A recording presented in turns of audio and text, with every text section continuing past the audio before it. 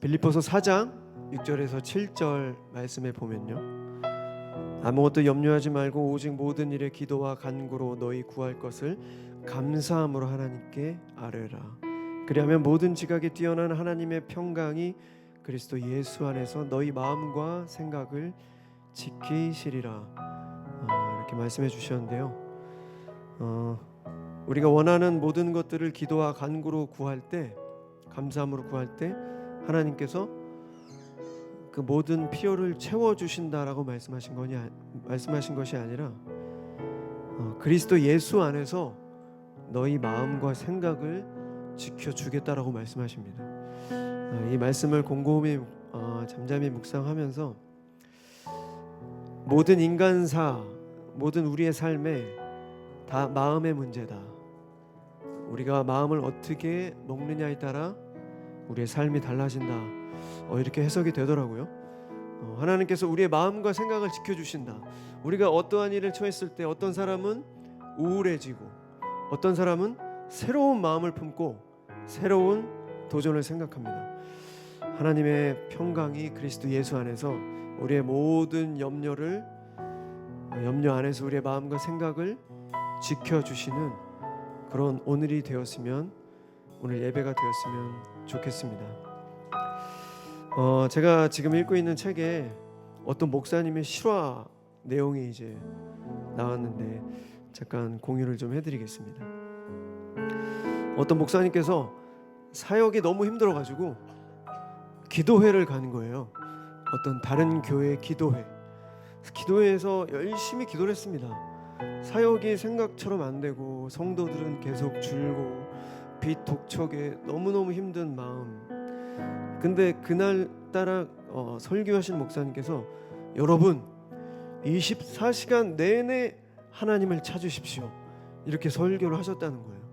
근데 그 목사님께서 지금 교회가 문제투성인데 어떻게 24시간 동안 하나님만 찾을 수 있겠습니까? 그런 마음이 드셨대요.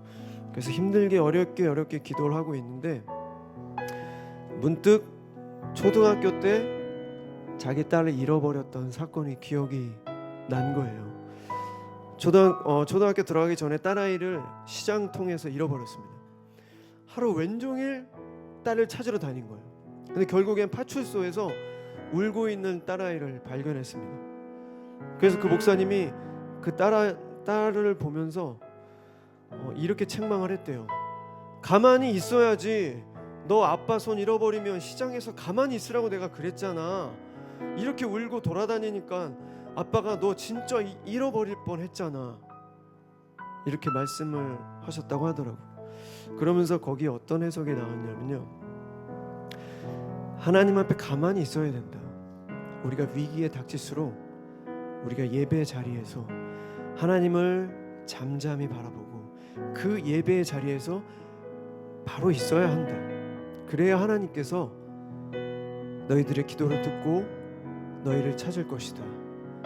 우리가 하나님을 잃어버려서 세상에서 막 사람을 찾고 세상을 찾고 막 돌아다니는 것이 아니라 위기에 처해 있을수록 하나님께 더 집중하고 가만히 있으라고 그렇게 말씀을 해주시더라고요. 오늘 우리 예배가 그런 예배가 되었으면 좋겠습니다. 각자 마음 안에 기도 제목과 여러 가지 문제들이 있으실 텐데 예배당 안에 있는 겁니다. 예배 자리에 있는 겁니다. 하나님께서 우리를 찾을 수 있도록 이 시간 우리 다 같이 하나님 앞에, 하나님 오늘 예배를 통해서 우리가 세상에서 이리저리 사람 찾고 세상 찾고 도움과 의지할 때를 찾고 돌아다니는 것이 아니라 오직 이 예배 자리에서 하나님의 손길을 기다리며 잠잠히 예배자로서 하나님을 찾는, 하나님을 기다리는 우리 모두 될 수 있게 해달라고 이 시간에 다 같이 우리 예배를 준비하는 마음으로 기도하며 나가도록 하겠습니다. 기도하시겠습니다. 사랑의 하나님, 아무것도 염려하지 말라 주님 말씀하셨습니다. 오직 모든 일에 기도와 간구로 너희 구할 것을 감사함으로 하나님께 아뢰라. 그리하면 모든 지각에 뛰어난 하나님의 평강이 그리스도 예수 안에서 너희 마음과 생각을 지켜주시겠다고 주님 말씀하셨습니다. 아버지요, 모든 것이 마음의 문제입니다. 주님, 무릇 지킬 만한 것 중에 마음을 지키라고 주님 말씀하셨사오니 아버지, 오늘 저녁 예배를 통해서 오직 하나님을 바라보며 우리의 모든 마음을 지키며 하나님의 말씀으로 바로 설 수 있는 우리 될 수 있도록 주님께서 함께하여 주시옵소서. 하나님 감사합니다. 오늘 예배를 통해서 우리의 마음과 생각을 지켜주시옵소서. 주님, 하나님을 믿는다고 하면서 우리 마음 안에 우리가 계산하고 우리가 결론 내버리고 우리가 벌써부터 행동해버리면 아버지, 그건 주님을 믿는 것이 아닙니다. 하나님께 기도하는 것이 아닙니다. 그저 하나님께 우리의 삶을 맡기기보다는 그냥 미신처럼 하나님을 바라보는 것뿐일 것입니다. 하나님, 오늘 이 예배를 통해서 우리 모든 마음 안에 불안과 또 두려움, 근심, 걱정, 염려들 하나님 앞에다 맡겨버리고 진정한 자유함을 누리게 하여 주시옵소서. 아버지, 그저 말로만이 아니라 정말 하나님의 그 크신 사랑을 우리가 깨달을 수 있도록 도와주시옵소서. 하나님의 그 크신 사랑을 깨달을 때 우린 죄를 미워할 수 있습니다. 하나님, 오늘 저녁이 바로 그런 예배가 되게 하여 주시옵소서. 하나님을 깊이 만나며 우리가 하나님을 바라보며 언제든 하나님께서 우리의 손을 잡아주실 수 있는 그러한 주님만을 바라보는 시간이 될 수 있도록 주님께서 함께하여 주시옵소서. 아버지, 악한 마귀 틈타지 못하게 하여 주시옵소서. 그리고 이 예배에 소극적으로 나가게 만드는 그 모든 악한 마귀들 떠나가게 하여 주시고 우리가 정말 적극적으로 이 예배에 참여하며 하나님을 만나기 위해 최선을 다하는 예배가 될 수 있도록 성령 하나님 도와주시옵소서. 감사드리며 이 모든 말씀 예수 그리스도 이름으로 간절히 기도드렸습니다. 아멘.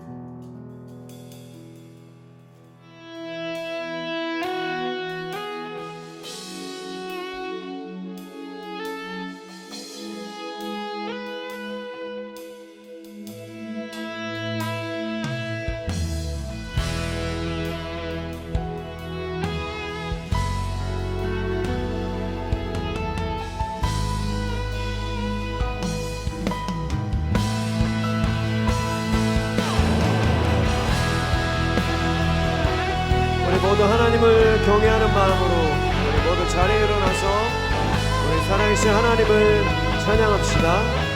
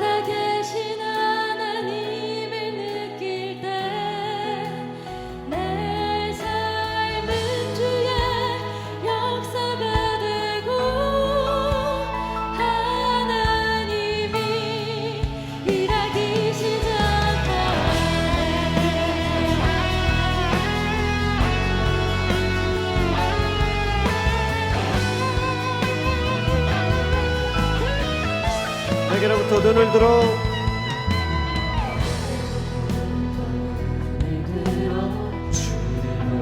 시작할 때 주의 일을 보겠네.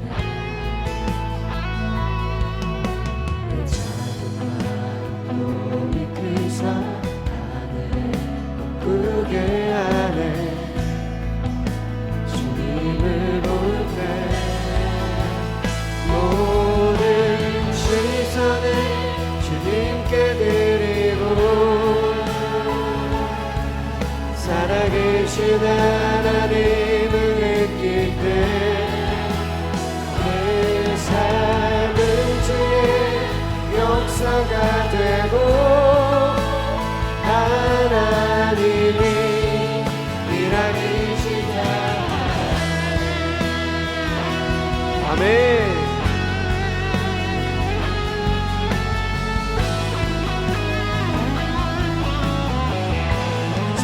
나를 변화시켜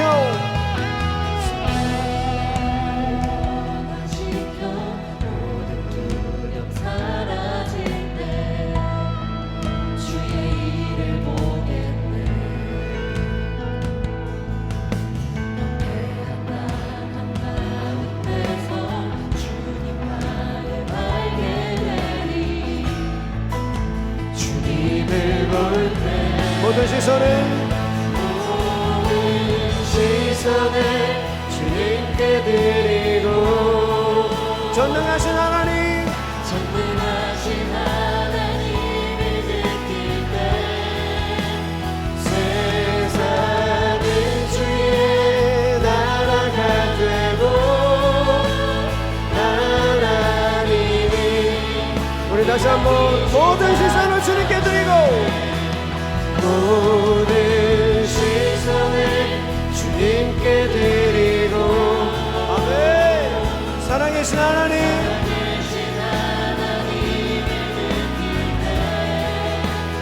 내 삶은 주의 역사가 되고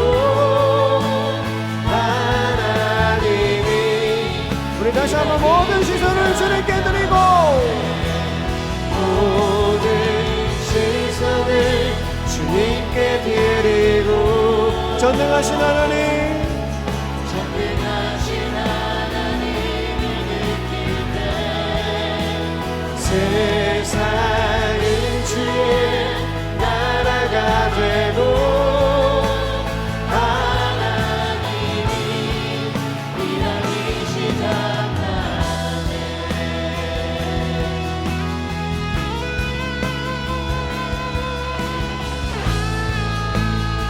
주님의 영광 주님의 영광 임하네. 주 볼 때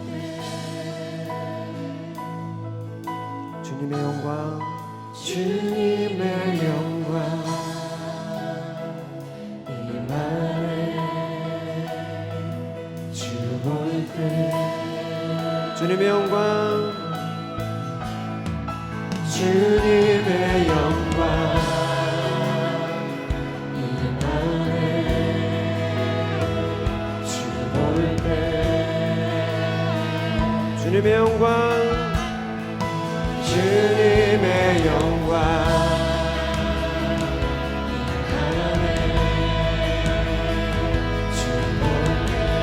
주님의 영광 주님의 영광 임하네. 주 볼 때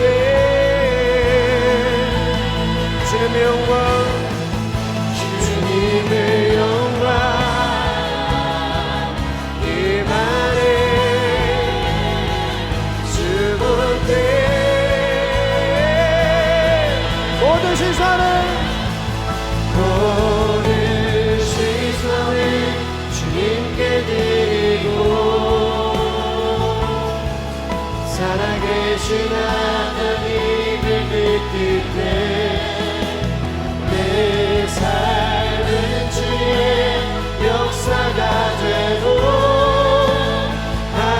하나님이 일하기 모든 시선을 주님께 드리고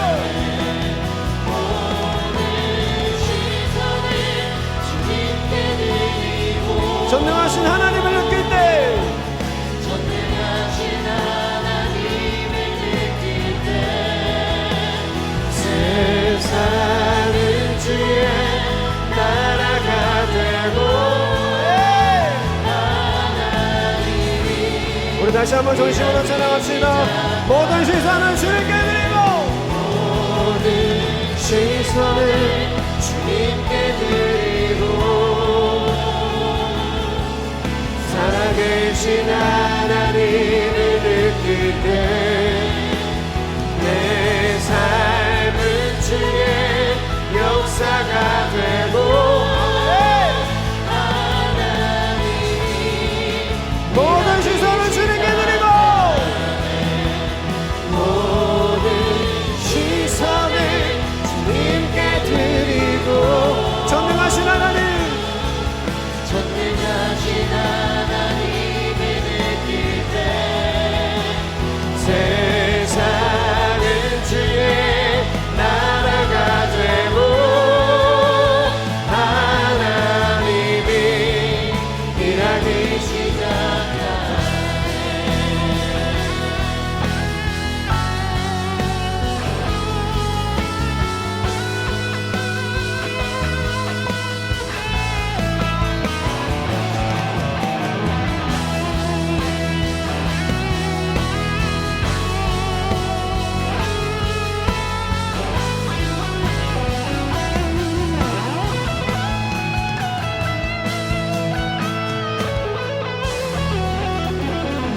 하나님께 영광의 박수 올려드리겠습니다. 아멘.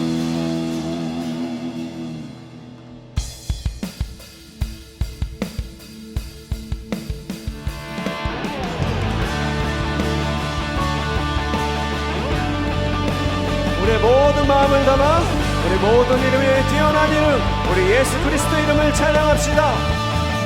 네.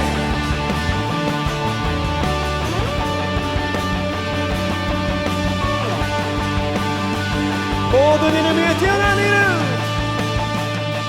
모든 이름 위에 뛰어난 이름, 예수는 주, 예수는 주. 모든 무릎 꿇고 경배를 드리세, 예수는 만유의 주.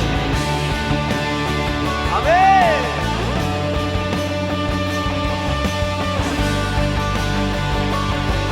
모든 이름 위에 뛰어난 이름, 모든 이름 위에 뛰어난 이름, 예수는 주, 예수는 주. 모든 무릎 꿇고 경배를 드리세, 예수는 만유의. 아멘. 예수는 주, 예수는 주, 예수는 주. 온 천하 만물을 그 보좌 영광을 돌리세, 예수, 예수, 예수는 주.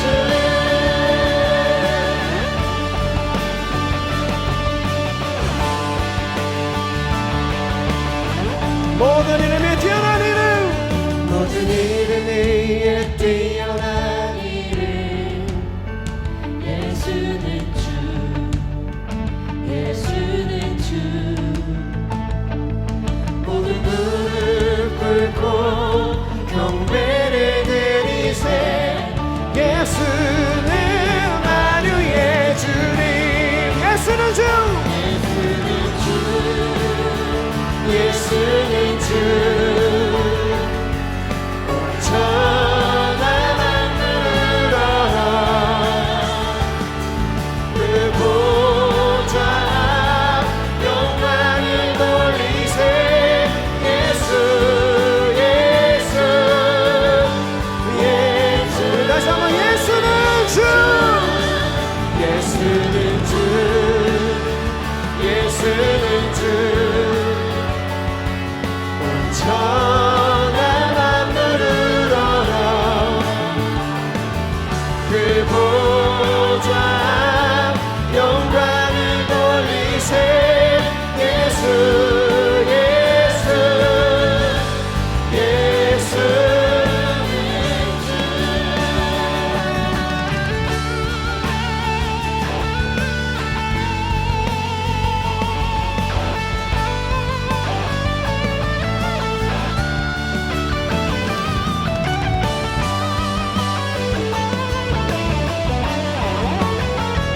우리 다시 한번 전심을 다해 우리 모든 힘을 다해 다시 한번 찬양하겠습니다. 예수는 주, 예수는 주, 예수는 주. 온 천하 만물을 그 보좌 영광을 돌리세, 예수, 예수, 예수는 주. 예수는 주, 예수는 주, 예수는 주. 온 천하 만물을 그 보좌 영광을 돌리세, 예수, 예수. 우리 다시 한번 두 손을 높이 들고 찬양합시다. 예수는 주, 예수는 주, 예수는 주. 온 천하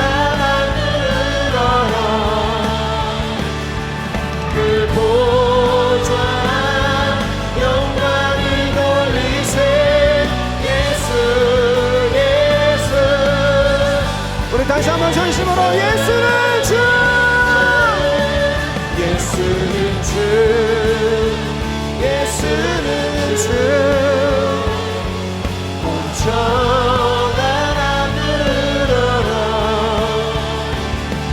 그보다 영광을 돌리세 예수 예수 예수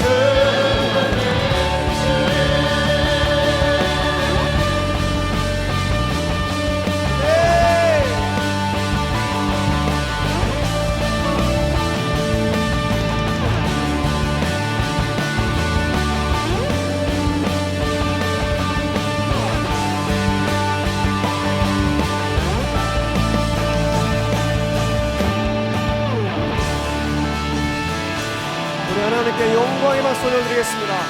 아멘.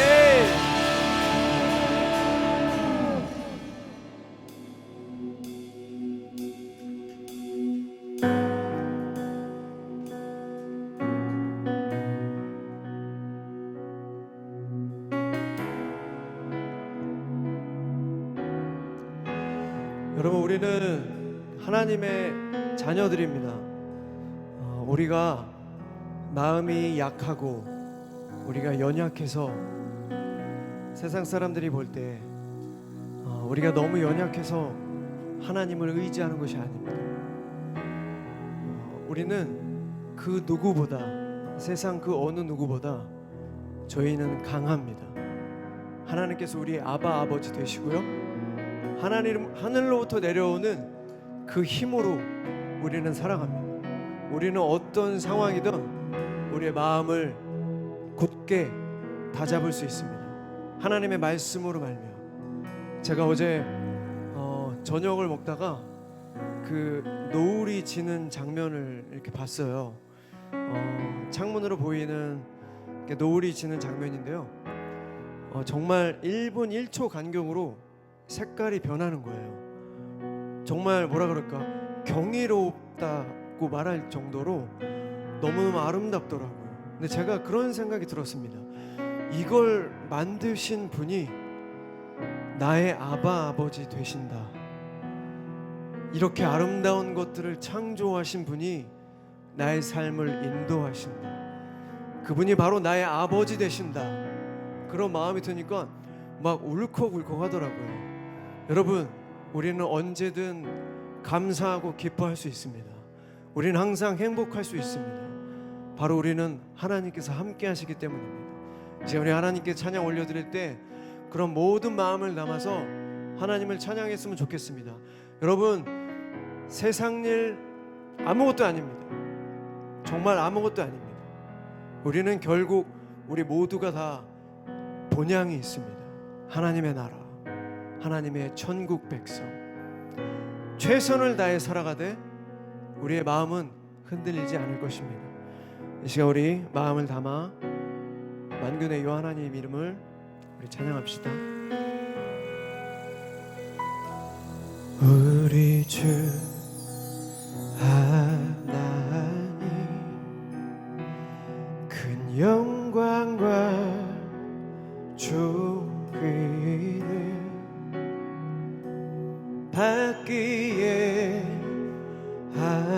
합당하신 지금 여기 계신 하나님, 온 천지 만물을 지으시고 다스리는 큰 권능과 능력으로 주의 말씀이 이루시니 거룩하다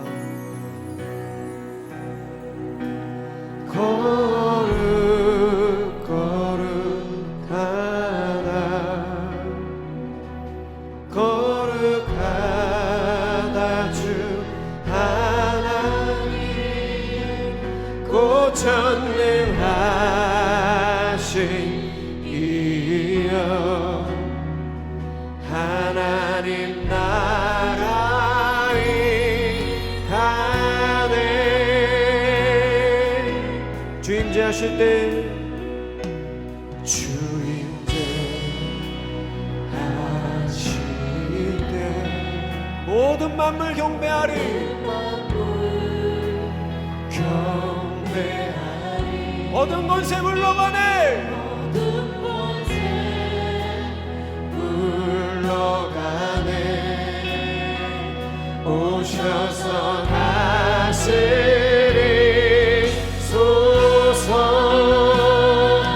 거룩하다.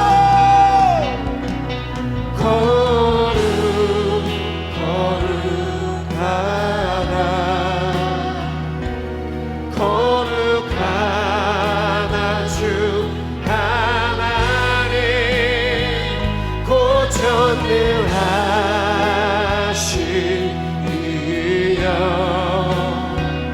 하나님 나라에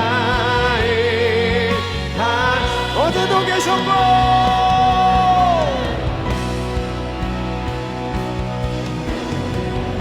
어제도 계셨고 오늘도 계시며 이제 곧 오실 우리 왕.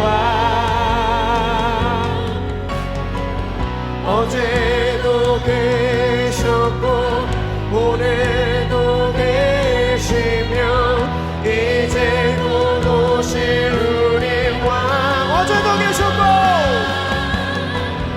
어제도 계셨고 오늘도 계시며 이제 곧 오실 우리 왕. 어제도 계셨고 오늘도 계시며 이제 곧 오실 우리 왕. 거룩하다.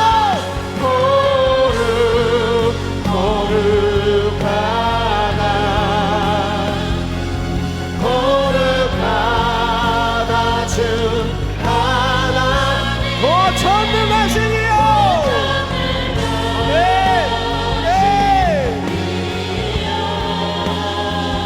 하나님 나. 우리 다시 한번 전심으로 거룩하다.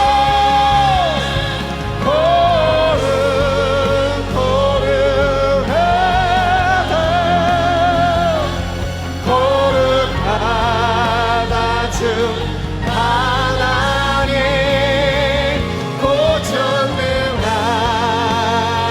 고천능하시리여. 하나님 나라에. 이 시간 말씀을 해서 우리 다시 한번 기도하며 나가겠습니다. 하나님의 그 크신 사랑을 우리가 조금씩이라도 깨닫게 하여 주시옵소서.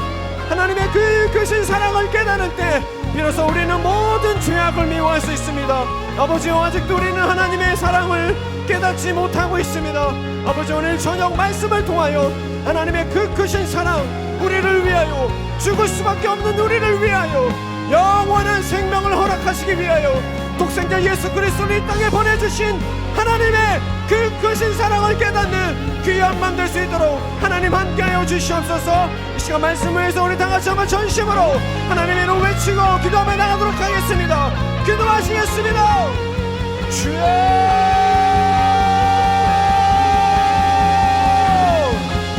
아버지여, 오늘 이 저녁 하나님의 말씀을 통하여 하나님의 그 크신 사랑을 깨닫게 하여 주시옵소서. 아버지여, 이 짧은 인생길 죽을 수밖에 없는 우리를 선택하여 주시고 사랑하여 주시고 하나님의 백성 삼아 주심에 그저 감사와 찬양을 올려드립니다. 아버지여, 뜨거운 신앙, 뜨거운 믿음으로 복음의 진리 가운데 바로서 구원의 확신을 가지고 이 땅을 살아낼 수 있도록 아버지여 도와주시옵소서. 말씀하여 주시옵소서.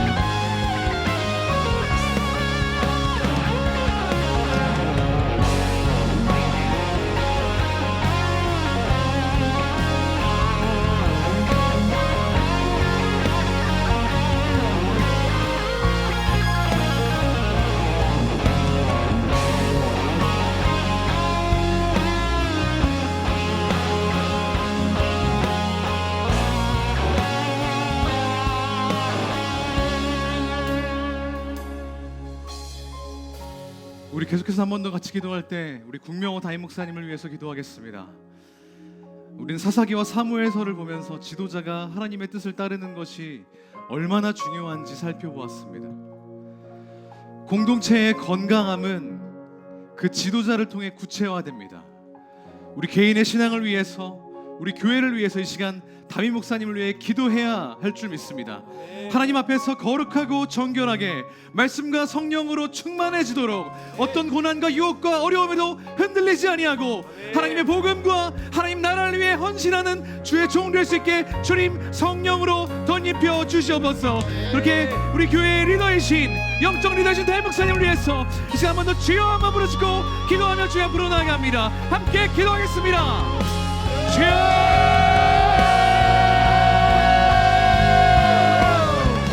살아계신 하나님 아버지 참 감사합니다. 주님께서 세우신 지도자, 주님께서 세우신 주의 종 우리 담임 목사님을 위해서 기도합니다. 주님께서 사랑하셔서 이 땅 가운데 세우시고 하나님 놀라운 은혜를 경험케 하시고 하나님과 함께 이 땅 가운데에 이 어려운 땅 가운데 하나님의 크신 은혜와 사랑을 온전히 선포하며 하나님 나라의 복음과 하나님 나라의 놀라운 능력을 선포하도록 인도하신 담임 목사님 가운데 성령으로 덧입혀주시고 능력으로 함께 하시기를 소망합니다. 말씀으로 충만케 성령으로 충만케 되어서 하나님이 가라가시는 곳을 향해 담대하게 나아가되 어떤 일이 있더라도 회개하지 않고 침륜에 빠지지 아니하고 주님께서 주신 구원의 능력을 복음의 능력을 선포하며 담대하게 거침없이 하나님 나라의 일을 선포할 수 있는 주의 종될 수 있도록 인도하시고 함께하여 주옵소서. 그 가정과 모든 사역과 모든 순간을 취함하셔서 하나님의 은혜 가운데 누리며 하나님 나라의 가운데 선포하며 매 순간순간 주님 안에서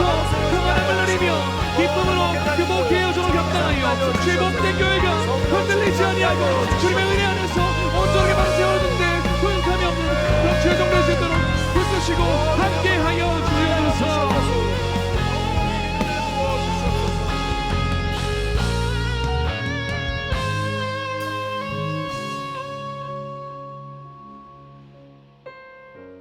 우리의 영원한 주인 되신 영원한 지도자 되신 하나님 아버지, 오늘 다시 한번 우리가 주님 앞에 나와 주의 말씀을 듣습니다. 우리 가운데 베풀어 주신 그 주님의 은혜가 얼마나 큰지요. 죽을 수밖에 없는 우리를 살리셔서 주님의 자녀로 삼아주신 그 주님의 사랑이 얼마나 대단한지요. 너무 당연하게 생각하고 뻔하게 생각해서 잊어왔던 우리의 이 교만함과 오만함을 주님 이 시간 회개하오니 우리가 말씀을 들을 때 주님의 음성 듣게 하시고 주님의 마음 깨닫게 하시고 주님께서 가라고 하신 그곳을 향해 담대하게 걸어나갈 수 있는 힘과 용기 얻을 수 있는 시간 될 수 있도록 우리 이 예배 가운데 함께 하시고 역사하여 주시옵소서. 사람의 생각과 말이 전달되는 것이 아니라 하나님의 뜻이 선포되며 하나님의 계획이 온전하게 외쳐지는 그런 시간 될 수 있도록 함께하여 주시옵소서. 성령님 붙드실 것을 믿사오며 모든 말씀 살아계신 예수 그리스도 이름으로 기도하옵나이다. 아멘. 네, 오늘 하나님 말씀은 사무엘하 24장입니다. 24장인데요. 너무 길기 때문에 일부 발췌해서 함께 같이 읽도록 하겠습니다. 마지막 절은 교독하고 마지막 절은 합독하겠습니다. 여호와께서 다시 이스라엘을 향하여 진노하사 그들을 치시려고 다윗을 격동시키사 가서 이스라엘과 유다의 인구를 조사하라 하신지라.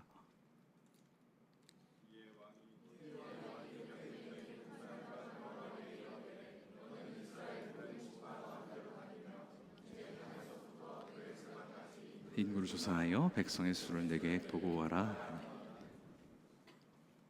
요압이 왕께 아뢰되 이 백성이 얼마든지 왕의 하나님 여호와께서 100배나 더하게 하사 내 주 왕의 눈으로 보게 하시기를 원하나이다.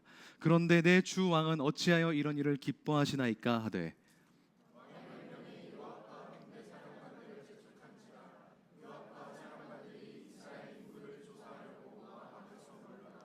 다윗이 백성을 조사한 후에 그의 마음에 자책하고 다윗이 여호와께 아뢰되 내가 이 일을 행함으로 큰 죄를 범하였나이다. 여호와여 이제 간구하옵나니 종의 죄를 사하여 주옵소서. 내가 심히 미련하게 행하였나이다 하니라.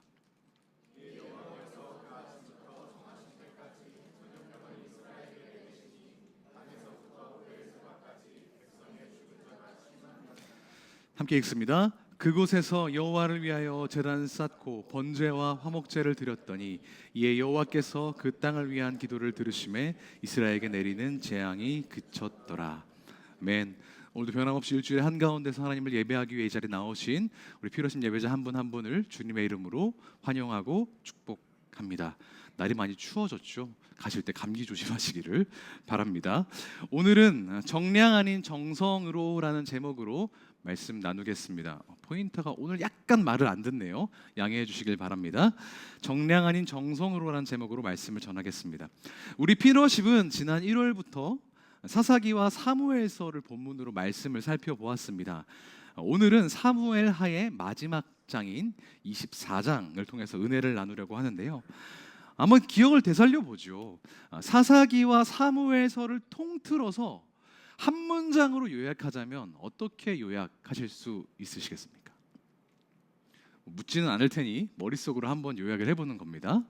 네, 사사기와 사무엘서 한 문장으로 요약하면 저는 이렇게 요약해봤어요. 이스라엘은 배신해도 하나님은 신실하시다.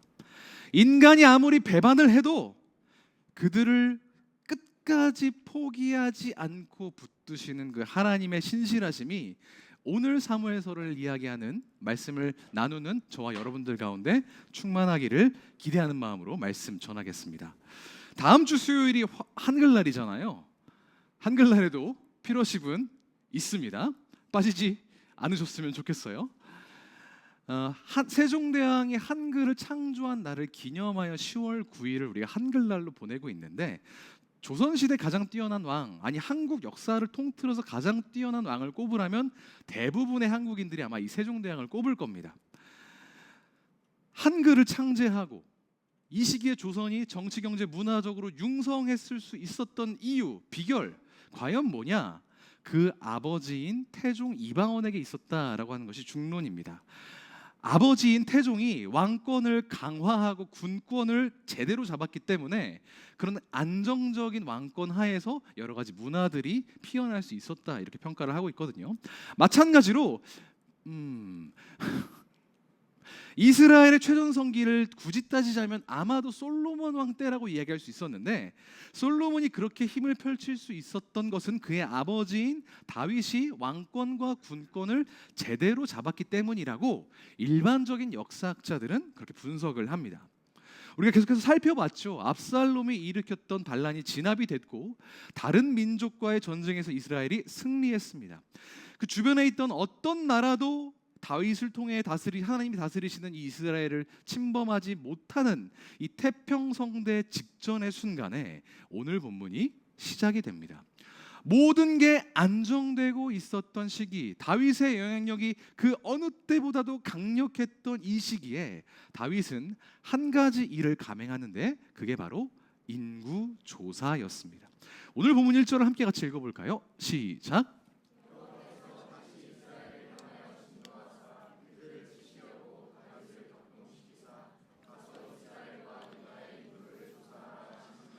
네, 하나님이 다윗을 격동하셔서 충동하게 하셔서 이스라엘과 유다의 인구를 조사하게 하라 하신지 조사하게 만드셨다라고 오늘 본문은 기록하고 있습니다. 그런데 같은 사건을 다루고 있는 역사서인 역대기에는 다윗을 부추긴 것이 하나님이 아니라고 기록하고 있어요. 누가 그렇게 부추겼다고 기록되어 있죠? 사탄이 다윗을 부추겼다 이렇게 기록이 되어 있습니다. 이게 무슨 소리입니까? 하나님과 사탄이 사실은 같은 편이었다 이런 뜻이 아닙니다. 같은 사건 속에서 하나님과 사탄이 인간을 같은 방향으로 몰고 갈 수 있다라는 이야기입니다. 대신 의도와 목적은 정반대인 채로 좀 이해가 안 가시죠? 대표적인 예가 복음서에 등장을 합니다. 복음서에 보면 예수님께서 십자가에 달려 돌아가시기 전에 제자들과 함께 뭘 하시죠? 그 전에 최후의 만찬을 나누십니다. 그래서 이 떡은 나의 살이요 이 피는 이 잔 나의 피니 너희가 먹고 나를 기념하라 말씀을 하시죠. 그때 가룟 유다에게 예수님이 뭐라고 하시냐면 네가 할 일을 속히 해라라고 말씀합니다. 가룟 유다가 하려던 일이 뭐였죠? 은 30냥에 예수님을 로마에 팔아 넘기려고 했던 일이었습니다. 그런데 예수님이 그걸 속히 하라고 말씀하시는 장면이 복음서에 등장을 합니다. 왜 그랬을까요? 가룟 유다가 제발 좀 나를 팔아넘기기를 바라는 마음에? 아니겠죠. 그렇지 않기를 바라는 마음에 마지막 기회를 주신 거지만 사탄도 그 속에 들어가서 그의 마음을 똑같은 방향으로 추동했고 결국 유다는 예수님의 뜻이 아니라 사탄의 뜻대로 움직여 예수님을 은30에 팔았죠. 오늘 본문도 비슷한 상황입니다. 다윗은 인구조사를 해야 할 것 같은 생각을 가졌는데 사탄은 그걸 원했고 하나님은 그걸 내심 원하지 않으셨다. 우리도 마찬가지입니다. 우리가 어떤 일들을 해야 된다는 마음이 먹었을 때 섣불리 그게 하나님 주신 마음이라고 생각해서는 안 되는 이유가 거기 있습니다. 하나님이 말씀하시는 것과 사탄이 충동응질하는 것을 같은 목소리로 들을 때가 있지만 우리가 그럴 때 더 조심하고 분별해야 됩니다. 그래서 말씀을 읽는 것이죠. 그런데 오늘 다윗은 그것을 실패했습니다. 하나님이 원하시지 않는다는 것을 내심 알고 있으면서도 그 일을 저질러 보였어요. 10절을 보니까 다윗이 이 일을 후회했다고 기록하고 있는데 요거 한번 같이 읽어보겠습니다. 시작.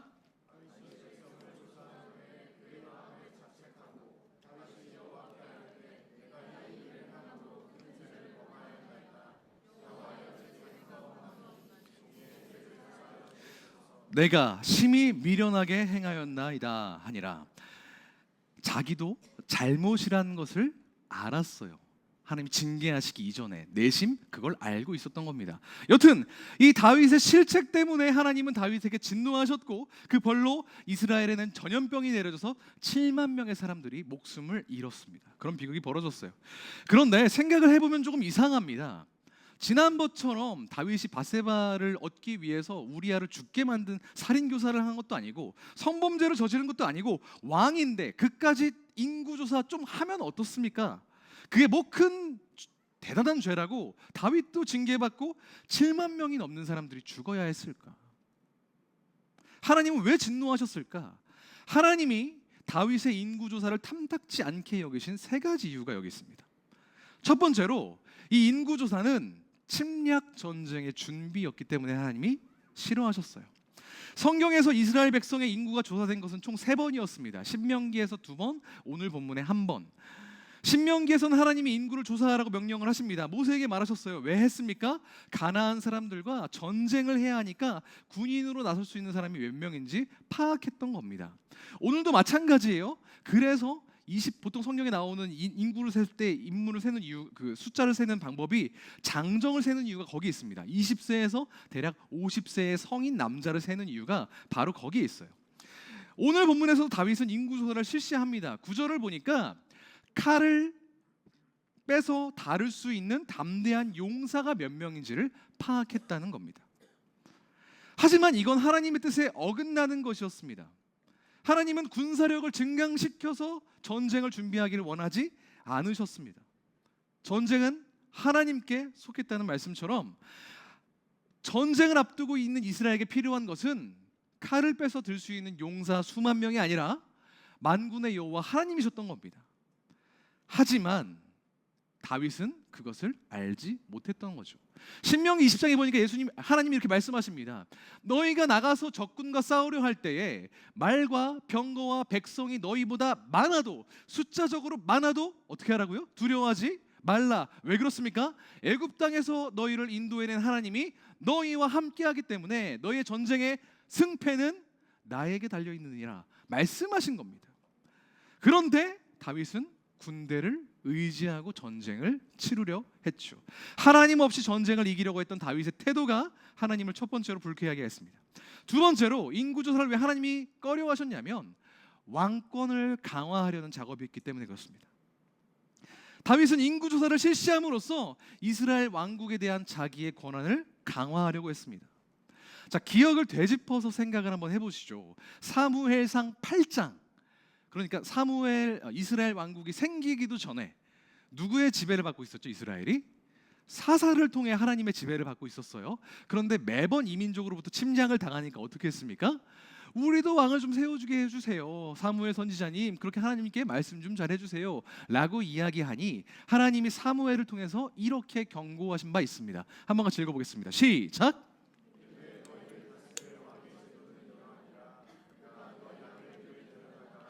병거와 말을 어거하게 하리니 그들이 그 병거 앞에서 달릴 것이며 왕은 결국 너희의 아들들을 그치 멋대로 증집해 갈 것이다 하면서 저주에 가까운 이야기를 했던 것 기억하실 겁니다. 다윗을 왕으로 세운 건 물론 하나님이셨지만 본디 이스라엘의 왕을 원하셨던 것은 아니었잖아요. 그럼에도 불구하고 백성들이 하도 졸라대니까 그냥 용납하셔서 왕을 허락하셨단 말입니다. 그렇다고 이방의 왕들이 하는 것처럼 멋대로 자기의 왕권을 휘두르는 것을 가만두고 싶지는 않으셨던 겁니다. 우리가 지금 매일 성경으로 보고 있는 열왕기하를 보면 하나님 뜻대로 왕위에는 올랐지만 하나님 뜻대로 정치를 펼치지 않아서 망하고 죽어간 왕들이 얼마나 많이 나옵니까? 다윗이 실시한 이 인구조사는 하나님을 뒤로 제껴놓고 자기가 주인된 노력을 하려는, 자기의 왕 노릇을 하려는 자기 주인됨의 다른 표현인 겁니다. 첫 번째가 뭐라고 했죠? 침략 전쟁을 준비해서 하나님이 불쾌해하셨다. 왕권을 강하게 하려 했기 때문에 하나님이 싫어하셨다. 근데 이 두 가지 이유가 하나님 마음에 안 들었다는 건데 아무리 생각해도 우리에게 적용하기엔 좀 애매해 보입니다. 우리가 인구조사를 할 리가 없잖아요. 왕도 아니고. 전쟁 준비를 할 겁니까? 왕권을 강화할 겁니까? 하지만 이 인구조사가 하나님의 진노를 산 세 번째 이유는 우리가 매우 밀접한 관련이 있습니다. 잘 한번 들어보세요. 인구조사의 세 번째 의미는 그게 정량평가였다는 겁니다. 정량평가. 우리가 어떤 것을 평가하려고 할 때 여러 기준들, 여러 가지 갈래의 기준들이 있겠지만 크게 사용되는 방식이 두 가지가 있습니다. 그건 바로 정량평가와 정성평가입니다. 양을 따지는 것이 정량평가고요, 성질을 따지는 것이 정성평가입니다. 머리 긁지 마세요. 저 상처받아요. 자, 정량평가는 숫자, 기록, 데이터 이런 것들로 평가를 하는 겁니다. 시험 점수나 운동 기록 같은 것이 될 수가 있겠죠. 아무래도 숫자니까 객관적이고 다른 사람들의 결과와 비교하는 것이 수월합니다. 그래서 뭐 정량적으로 평가한다 이러면 점수를 따져본다 뭐 이런 뜻이라고 생각하시면 돼요. 반대로 정성평가는 숫자가 아니라 주관적인 감정과 느낌, 생각, 판단, 경험 이런 것들에 의거해서 어떤 사안을 판단하는 겁니다. 그래서 구체적인 데이터는 없기 때문에 비교하거나 할 수 있는 건 아니지만 그걸 평가하는 사람의 인격이 굉장히 중요하게 개입한다는 그런 특징이 있습니다. 네, 이런 표정 지으실 줄 정확히 알았습니다. 정량평가는 객관적인 숫자로, 정성평가는 주관적인 느낌으로 판단한다. 이 정도 생각하시면 돼요. 이 두 가지가 명확하게 드러나는 표현이 있어요. 딱 정반대로 가리키는 표현이. 그게 바로 젖잘싸입니다. 졌지만 잘 싸웠다. 정량적으로 평가하면 어때요? 점수가 딸렸으니까 졌을 거 아닙니까? 정량적으로는 실패했어요. 하지만 보니까 선수들이 팀워크들이 좋고 열심히 뛰는 걸 보니까 다음 경기는 기대해 볼 만해. 그러면 졌지만 잘 싸웠다 우리가 이렇게 얘기하잖아요. 정성적으로는 좋게 평가할 수 있는 겁니다. 이러니까 조금 어떤 느낌인지 이해가 제발 간다고 해주세요. 그러면 확인 한번 해볼게요. 다윗이 평가한 인구조사는 정량, 정성. 정량평가입니다. 인구가 몇 명이고 군사가 몇 명인지를 헤아릴 수 있으니까요. 그런데 우리는 이 정량평가의 시대를 살아가고 있다고 해도 과언이 아닙니다. 요즘은 흑백 요리사가 핫하지만 한 달 전만 해도 다른 서바이벌 프로그램의 인기를 끌었죠. 더 인플루언서라고. 그걸 보니까 거기에는 인플루언서들이 나와서 목에 목줄 같은 걸 차고 자신이 보유하고 있는 팔로워가 몇 명인지를 이렇게 띄워놓고 경쟁을 펼치더라고요. 저는 그걸 보면서 진짜 현 시대를 너무 잘 반영하고 있는 장치다 이렇게 생각을 했습니다.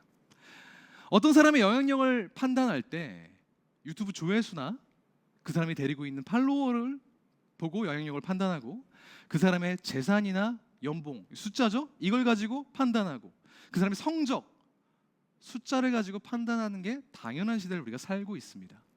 선물을 주고받아도 이게 그래서 얼마짜린데를 따지는 것이 이상하지 않고 살고 있는 집의 가치를 판단할 때 내가 얼마나 안락하게 휴식을 취할 수 있느냐 이런 것보다는 그래서 평당 가격이 얼만데를 따지는 시대를 우리가 살고 있습니다.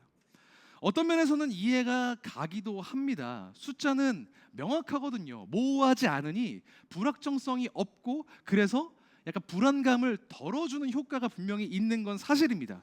그렇기 때문에 이 시대가 숫자에 집착한다, 정량평가에 집착한다. 아, 사람들이 많이 불안해하는구나, 불안해서 그것들을 찾아보는구나, 이렇게 생각할 수도 있을 것 같아요. 문제는 우리 그리스도인도 이런 정량평가에 너무 익숙해져 버렸다는 겁니다. 신앙생활을 할 때도, 하나님과의 관계를 따져볼 때도 정량적으로 평가하는 게 습관되어 있어요.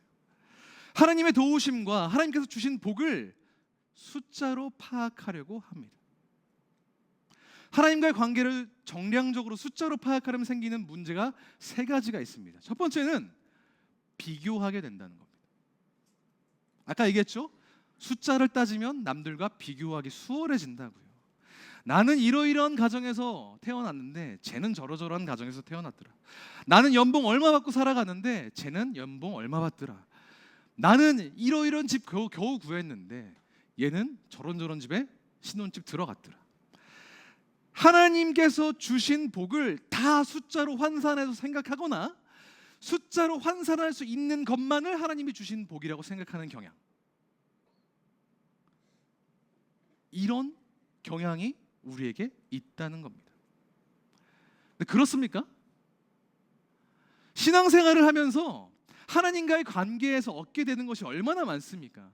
새로운 삶의 의미, 희망, 복음의 능력, 때를 따라 도우시는 성령의 도우심, 뭐 이런 것들은 아무리 잘해도, 아무리 좋은 기준을 갖다 붙여도 숫자로 파악할 수 없는 것입니다. 내 기쁜 정도를 몇 점으로 표현할 겁니까? 내가 죽을 것 같이 힘들었는데 주님의 도우심으로 하루하루 살아갈 수 있게 된 그 능력을 에너지 뭐 한 56 이렇게 표현할 겁니까? 아니잖아요. 그런데 우리는 그렇게 생각하곤 한단 말입니다. 하나님, 다른 사람들은 다 이 정도는 받는데, 이 정도는 살아가는데 나는 왜 요것밖에 안 돼요? 이러면서요. 이게 첫 번째 함정입니다. 두 번째, 계산하게 됩니다. 내가 받은 복과 다른 사람이 받은 복을 비교하는 것도 문제지만 내가 받은 복과 내가 드리는, 하나님께 드리는 것을 비교하게 되는 것도 문제입니다. 이거 뭐라고 하죠? 계산하는 겁니다. 하나님이 얼마 주신 거에 맞춰서 내가 하나님께 드리겠다고 이야기하는 것. 하나님의 은혜가 얼마나 큽니까? 너무 뻔하게 당연하게 알고 있는 표현이죠. 죽을 수밖에 없는 우리를, 죄악에 갇혀져 있는 우리를 들어올리셔서 예수 그리스도와 함께 살리셔서 영원한 하나님의 나라를 상속받게 하시고 하나님의 자녀 되게 하신 그 은혜, 어떤 것으로도 가늠할 수 없는 엄청난 은혜이지 않습니까? 그런데 그걸 가지고 우리는 내가 얼마나 드릴까요? 내가 받은 것은 이 정도입니다 라고 숫자로 환산하고 거기에 맞춰서 하나님께 되돌려 드리려는 생각들이 있다는 겁니다. 내가 드리고 있는 노력과 받은 것을 비교해서 손익을 계산하려는 시도가 우리 안에 있죠. 일종의 거래입니다. 하나님, 내가 리더하고 임원하고 이 정도 봉사하면 이 정도는, 이런 일들은 좀 처리해 주셔야 되는 거 아닙니까? 라든지, 내가 그동안 헌신한 세월이 얼만데, 내가 그동안 한 헌금이 얼만데, 내가 그동안 드린 에너지들, 감정의 소모가 얼만데 고작 요 정도로 되갚아 주십니까? 이런 태도 우리 안에 있습니다. 세 번째로, 정량평가를 하게 되면 하나님과의 관계가 비인격적으로 변화됩니다. 지난 시간에 우리 임 목사님을 통해서 들었던 내용 기억하시죠? 다윗이 지옥 같은 순간에 떨어졌을 때 특징 뭐였습니까? 하나님께 여쭙지 않았잖아요. 하나님께 기도하지 않았습니다. 오늘 본문에서도 마찬가지죠. 다윗은 하나님께 여쭤보고 인구조사하지 않았습니다. 일단 하고 봤죠. 명목상으로는 하나님이 이스라엘 왕국에 베풀어 주신 그 은혜가 얼마나 대단한지 인구와 그 군사를 파악함으로써 깨달으려는 심산이었겠지만, 실제로 정작 그걸 베풀어 주신 하나님은 없는 상태에서 받은 것만 가지고 있었다라는 말입니다. 받은 것에만 집중했다. 우리 삶에도 그런 일들이 많이 일어나죠. 다 하나님이 주셨다고 말은 하지만 실제로 하나님은 치워버리고 내가 가지고 있는 나의 무언가에 천착하는, 하나님의 이른바 얼굴이 아닌 손에만 집중하는 경향들이 많이 있지 않습니까? 이런 것들이 하나님과의 관계를 정량적으로 따져볼 때 우리에게 생기는 문제라는 겁니다. 비교하고, 남들과 비교하고, 하나님 앞에 계산하고, 결국은 하나님과의 관계를 비인격적이고 몰인간적으로 만들어 버리는 것. 다윗이 저질렀던 인구조사는 그런 거였습니다. 물론 다윗은 자기가 받은 언약을 잘 기억하고 있었을 겁니다. 사무엘하 7장에서요. 그의 나라 왕위를 영원히 견고하게 하리라라는 그 엄청난 어마어마한 감격적인 선포를 기억하고 있었을 겁니다. 하지만 눈으로 좀 보고 싶었던 것뿐입니다. 하나님께서 허락하신 군대가 얼마나 많았는지, 주변 나라들과 비교해보면 그게 얼마나 대단한 건지, 내가 죽고 아들이 내 왕위를 물려받았을 때 그 왕위가 얼마나 오래 지속될 수 있을지를 그냥 눈으로 좀 확인해보고 싶었던 것뿐입니다. 그래서 정량평가를 했던 것이죠. 결국은 하나님을 신뢰하지 못하고 남들과 그것을 비교하고 계산하려는 마음이 그 안에 움트고 있었고, 하나님은 그걸 불쾌해하시며 지적하신 겁니다. 이쯤 되면 다윗의 인구조사는 아주 옛날에 역사 속 왕이 정치를 잘못해서 생긴 일이라서 뭐 지금 정치인들이 들어야 되는 이야기가 아니라 하나님과의 관계를 추구하고 있는 모든 그리스도인들이 알아야 되는, 반면교사해야 되는 일이라는 겁니다. 여기까지 잘 따라오셨다면, 그 정량평가와 정성평가의 그 언덕을 잘 넘고 잘 따라오셨다면 여러분들의 머릿속에는 그래서 어쩌라고 라는 생각이 떠오르셔야 합니다. 그래서 어떻게 해야 되는데, 우리는 어떻게 해야 될까요? 두 가지 정성이 필요합니다. 물론 한자는 다른 한자입니다만 두 가지 정성이 필요합니다. 첫째로 하나님께서 주신 복을 정성적으로, 다르게 표현하면 인격적으로 바라봐야 된다는 겁니다. 하나님은 인구조사를 한 다윗이 영영 망해버리기를 원하시는 것은 아니었습니다. 그냥 그 인구조사를 했던 잘못을 뉘우치기를 바라셨죠. 그 말은 무슨 말입니까? 정량적인 평가를 했던 것을 돌이켜서 다른 방식으로 하나님과 관계를 맺기를 원하셨다고 이해할 수 있겠죠. 그러면 하나님이 원하셨던 것은 뭐겠습니까? 정량적이지 않은, 숫자에 매몰되지 않은 인격적인 관계, 인격적인 하나님과의 관계 형성, 비교하거나 계산하는 게 아니라 살아계신 하나님을 인격적으로 바라보는 그 교제를 다윗에게 원하셨다는 겁니다.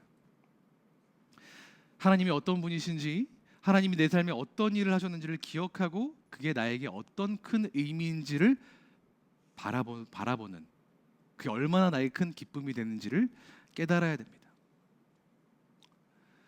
세상도 무너지고 마음도 무너진 것 같은 때 하나님이 나와 함께 하신다는 게 나에게 어떤 의미가 되는지, 어떤 능력이 되는지를 숫자로가 아니라 나의 인격으로 기억해야 됩니다. 그까지 액수, 그까지 점수, 그까지 경우의 수가 아니라 하나님의 인격으로 체험해야 됩니다. 그가 내게 계신 것이 가장 큰 복이다. 마치 경기에는 졌어도 경기 내용은 좋았던 선수들에게 졌지만 잘 싸웠다 말하는 것처럼, 지금 내가 하나님으로부터 받은 것 뭐 대단한 것 같아 보이지 않을지라도 그 안에 있는 그 소중한 보화 같은 하나님의 임재는 정말 가치 있는 것임을 우리가 알아야 됩니다. 우리가 기도하고 말씀 보고 찬양하는 것은 다 그 하나님을 경험하기 위해서입니다. 인격적인 사귐을 가지기 위해서입니다.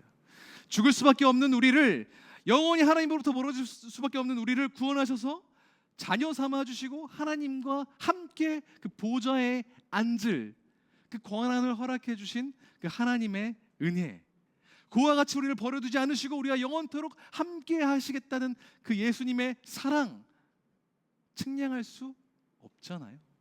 있는 그대로 하나님을 만나고 느끼는 경험, 그 벅차오르는 감정을 우리가 잊지 않기 위해서 계속해서 열심을 다해야 될 줄 믿습니다. 그 모든 것들을 깊이 경험하는 주님의 백성 되시기를 주님의 이름으로 축복합니다. 하나님께서 주신 이 감격적인 만남, 구원의 감격을 경험한 사람은 반드시 또 다른 정성을 들이게 됩니다. 그건 바로 예배입니다. 예배를 통해 우리는 정성을 들여야 됩니다.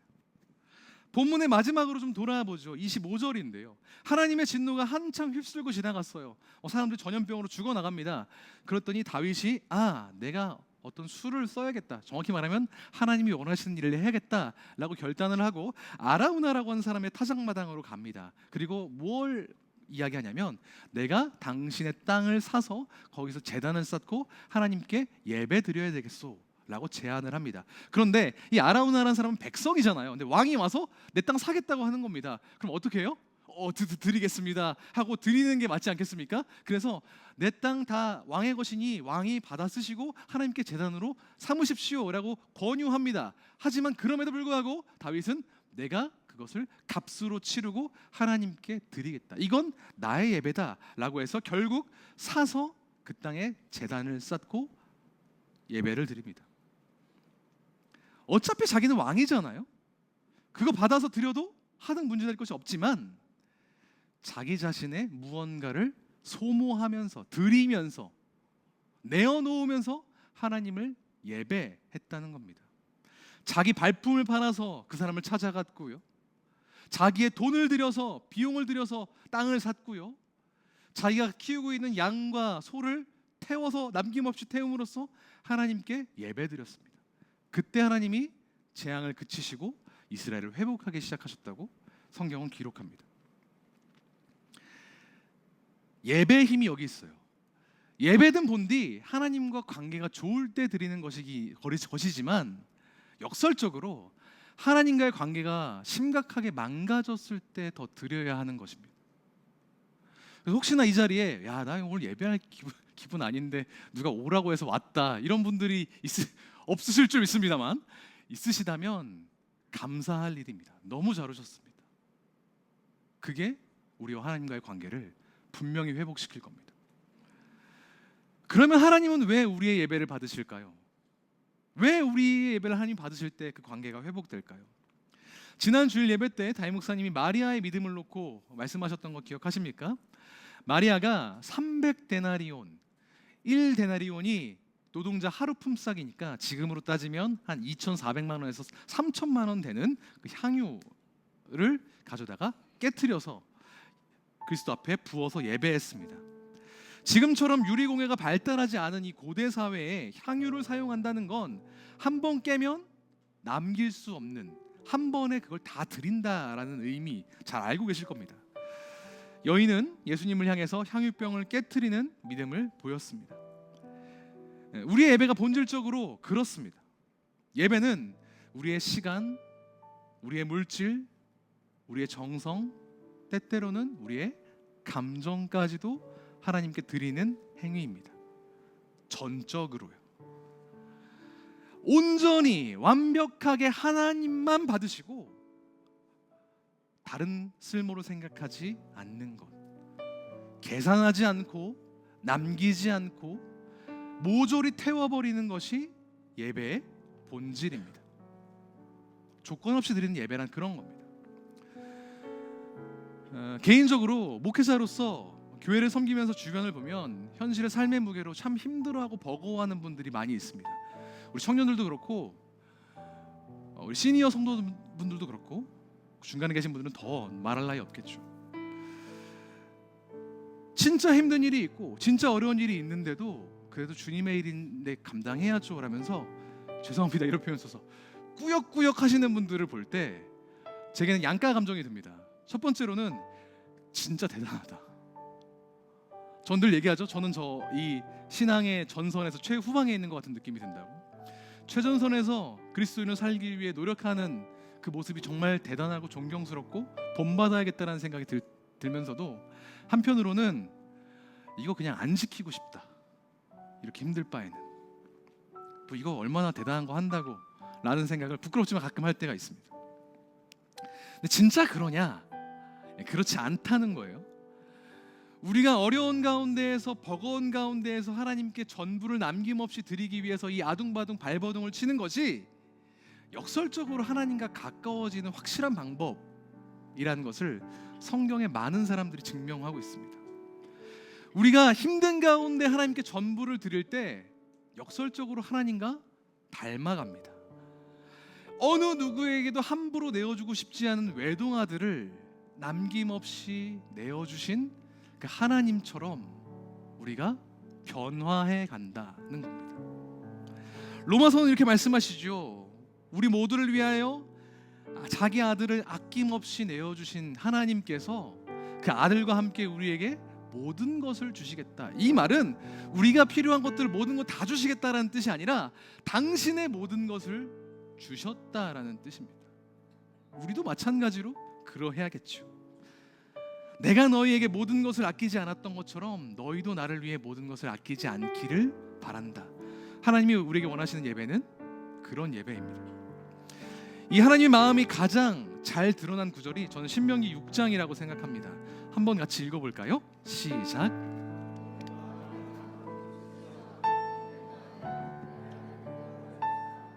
마음을 다하고 뜻을 다하고 힘을 다하여 너의 하나님 여호와를 사랑하라. 다른 번역본을 보니까 마음을 다해서 뜻을 다해서 정성을 다해서 하나님을 사랑하십시오. 이렇게 되어 있더라고요. 하나님을 사랑하되 마음을 아끼지 않고 뜻을 다해서 온 정성으로 하나님을 사랑하실 수 있는 여러분 되기를 소망합니다. 마음을 다하고 뜻을 다하고 힘을 다하여 하나님을 예배하실 수 있는 우리 소유필 워십 예배자들 되기를 소망합니다. 정성을 다한 사랑, 전심을 다한 예배를 통해서 하나님과 더욱더 깊이 교제할 수 있기를 소망합니다. 말씀을 정리합니다. 다윗은 하나님과의 관계를 정량적으로 판단했어요. 숫자로 판단했습니다. 그래서 하나님의 진노를 샀습니다만 회개하고 하나님의 은혜와 사랑을 구하며 인격적으로 바라보고 마음과 뜻과 정성을 다해 하나님을 예배할 때 하나님과의 관계를 회복할 수 있었습니다. 우리도 마찬가지입니다. 때때로 우리는 우리가 가지지 못한 조건들, 여러 가지 수치로 따질 수 있는 것들에 천착하기도 합니다. 거기에 매몰되죠. 나는 왜 이거밖에 없이 살아가나? 나는 왜 이것밖에 가지지 못했나? 우리 집은 왜 이 모양인가? 라고 생각할 때가 때론 있지만, 그래서 하나님을 원망하기도 하지만 그 가운데서 우리에게 그 구름 사이로 비치는 그 햇빛처럼 그 은혜를 비춰주실 때 그들을 반응하여 감사하며 우리의 마음을 다해 하나님이 우리를 사랑하셨듯 사랑할 때 우리도 하나님과 친밀한 교제, 더 깊은 믿음의 소유자 될 수 있을 줄 믿습니다. 그런 믿음을 가지고 우리가 함께 같이 마음을 다해서 이 시간 찬양하며 예배했으면 좋겠습니다. 우리의 전심, 온 마음을 다해서 주님을 예배하겠다고 함께 같이 고백하며 주 앞으로 나아가겠습니다.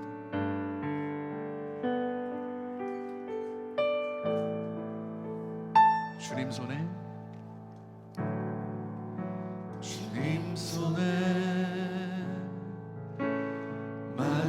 맡겨드리니 나의 삶 주님께 주님 손이 나의 삶 붙드네 나 주의 것 영원히 고백합니다. 내가 믿는 분, 내가 믿는 분 예수 내가 속한 분 예수 삶의 이유 하시네 내 노래 되시네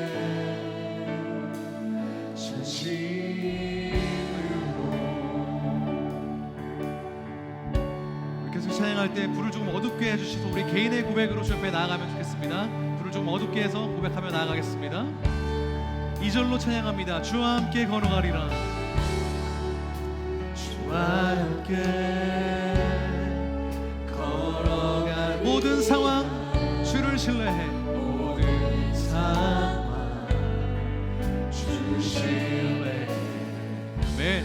주 뜻 안에 뜻 안에 살아가리. 아멘. 주의 약속은 영원해. 우리를 사랑하신 주님께 우리의 모든 것을 집중하여 경배합니다. 내가 믿는 분, 내가 믿는 분 예수 내가 속한 분 예수 삶의 이유 되시네 내 노래 되시네 내가 믿는 분, 내가 믿는 분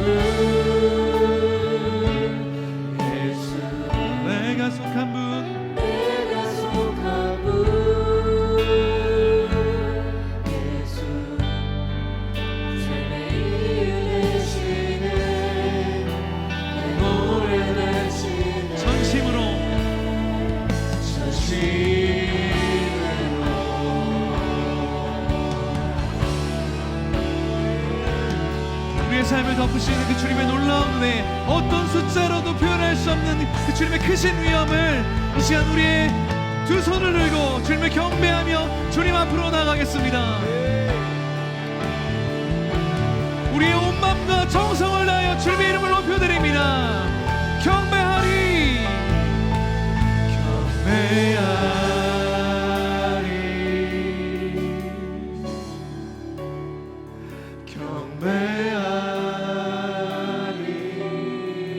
나의 모든 순간, 나의 모든 시간을 들여서 경배하리.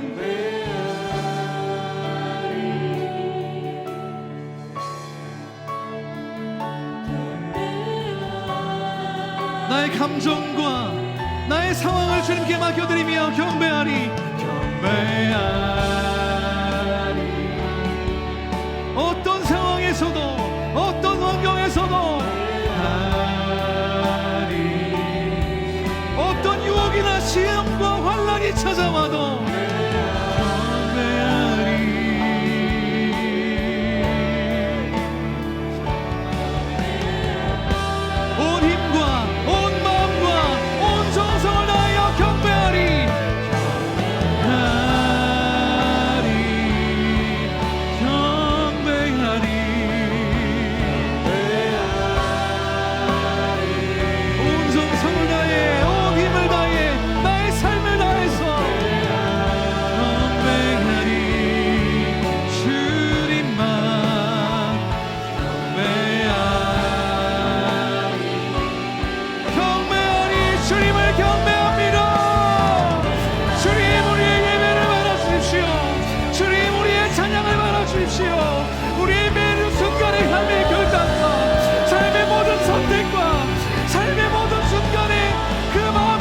주님 경배 받아주십시오.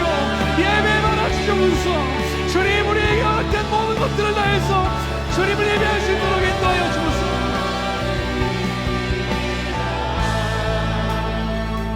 괜찮으신 분들은 우리 든 손을 그대로 들고 주 옆에 결단하며 나아갑시다. 하나님께서 허락하신 것들을 정량적으로 숫자로 판단하고 비인격적으로 대했던 하나님의 얼굴이 아닌 손을 바라봤던 우리를 회개합시다. 하나님께서 주시는 물질의 부요함이나 풍요로움이 아니라 하나님 자체를 바라볼 수 있도록 주님 도와주십시오. 하나님께서 우리 가운데 베풀어 주신 그 구원과 그 은혜와 인도에 반응하는 내가 될 수 있도록 주님 나의 마음을 다시 한번 사로잡아 주셔서 그렇게 우리의 삶을 우리의 마음을 주님께 의탁하며 주여 한번 부르시고 기도하며 나아가십시다. 함께 기도합니다. 주여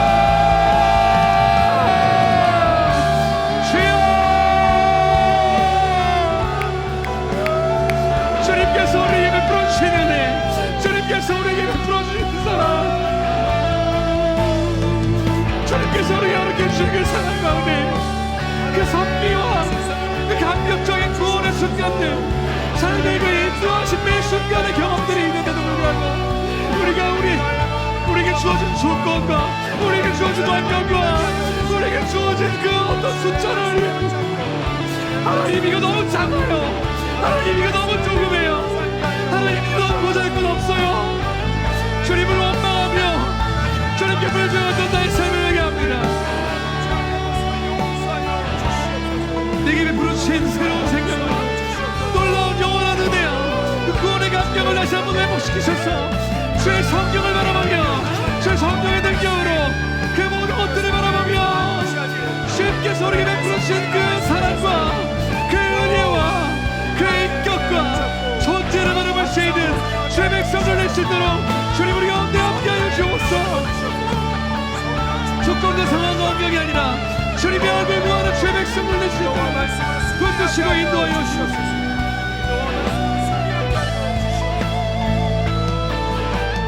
주님 도와주십시오. 주님 도와주십시오. 주의 영광의 빛으로 우리를 덮어주십시오.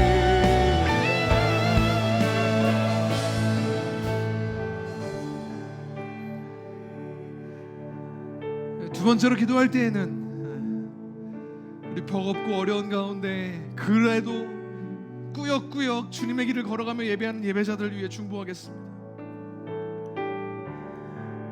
그게 내 주변의 양원이나 라원일 수도 있고요, 친구일 수도 있고요, 교회 안에 이름 모를 지체일 수도 있고, 사실은 그게 나일 수도 있습니다.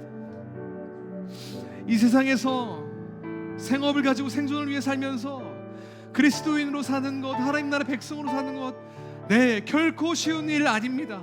하지만 우리가 어떻게든 주님의 길, 의의 길 걸어갈 때 하나님께서 그 길 반드시 지켜보고 계실 줄 믿습니다. 그 길 걸어갈 수 있도록 우리 모두를 위해서 아들을 아끼지 않고 내어주셨고, 그 아들과 함께 모든 것을 우리에게 주실 것이라고 우리 주님 약속하십니다. 그 하나님을 전심으로 사랑해야 되지 않겠습니까?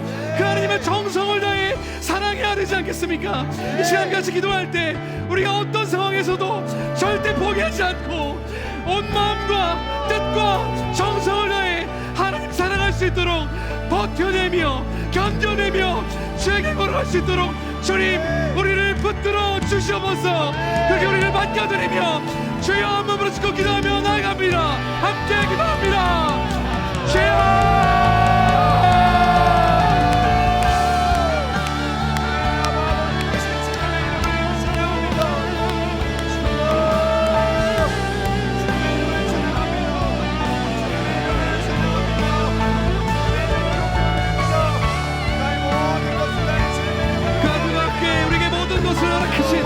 모든 것을 아낌없이 내어주신 예수 그리스도의 은혜와 하나님의 성령의 은혜, 성령의 사랑하는 사랑과 성령님의 내주가 동역사하심이 우리 삶 가운데 넘치도록 임하기를 소망합니다. 좌절하고 낭망하고 넘어지고 무너지고 있던 주의 백성들 가운데에 다시 한번 새로운 길을 허락하시고 구원의 감격과 하나님의 동일한 삶의 복됨을 누리게 하시며 느끼게 하시는 주님의 손길이 오늘 우리가 다시 내려옵니다. 주님 우리 가운데 주의 손길 베풀어 주십시오. 주의 영광을 베풀어 주십시오. 주님의 동행을 누리며 주님의 인도하심을 경험하며 하나님과 동행하는 삶의 복됨을 온전히 경험할 수 있는 주의 백성들을 제대로 인도하여 주십시오. 버텨내고 견뎌내는 주의 백성들 가운데에 절대 포기치 말라고, 절대 좌절하지 말라고, 그 손 놓지 않고 계시는 그 주님의 손길을 우리가 바라볼 수 있도록 주님이 인도하시고 함께하여 주시고, 주님 우리가 주님을 예배할 때 그 주님 경험하며 그 주님 바라볼 수 있도록 주님 도와주십시오. 삶을 다해 뜻을 다해 온 힘과 정성을 다해 주님 예배할 수 있도록 도와주십시오. 주님 도와주십시오. 주님의 얼굴 보며 나아갈 수 있도록 주여 함께하여 주옵소서.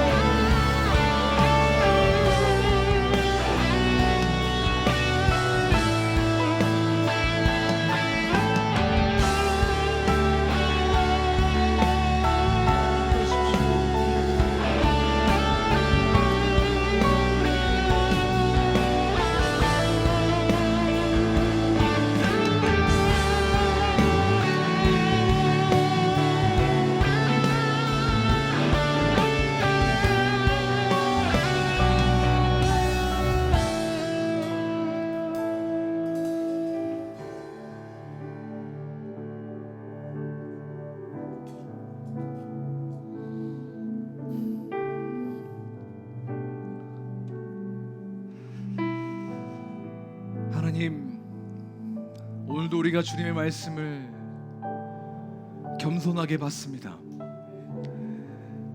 다윗이 하나님의 은혜를 멋대로 환산하려고 했을 때 하나님의 진노를 샀지만 회개하고 인격적인 하나님을 구하며 예배할 때 그 화를 거두시고 다윗을 다시 붙드신 것을 우리가 기억합니다. 주님, 주께서 원하시는 것은 그 손으로 뭘 베푸시느냐에 따라 변화되는 믿음이 아니라 어떤 상황에서도 인격적으로 주님의 얼굴을 구하며 전심을 다해 온 힘을 다해 사랑하는 한 사람의 예배자인 줄 믿습니다. 주님, 우리가 그런 예배자 되기를 소망합니다. 너의 은혜가 너에게 지금 족하다고 말씀하신 주님의 말씀이 오늘 우리 마음에 체득이 되어서 남들과 비교하거나 계산하는 비인격적인 신앙이 아니라 우리를 위해 아들을 내어주시고 모든 것들을 내어주신 그 주님의 사랑에 철저히 의지하는 인격적이고 정성을 다해 하나님 사랑하는 믿음 갖도록 인도하여 주시옵소서. 그 일을 위해 우리가 기도했습니다.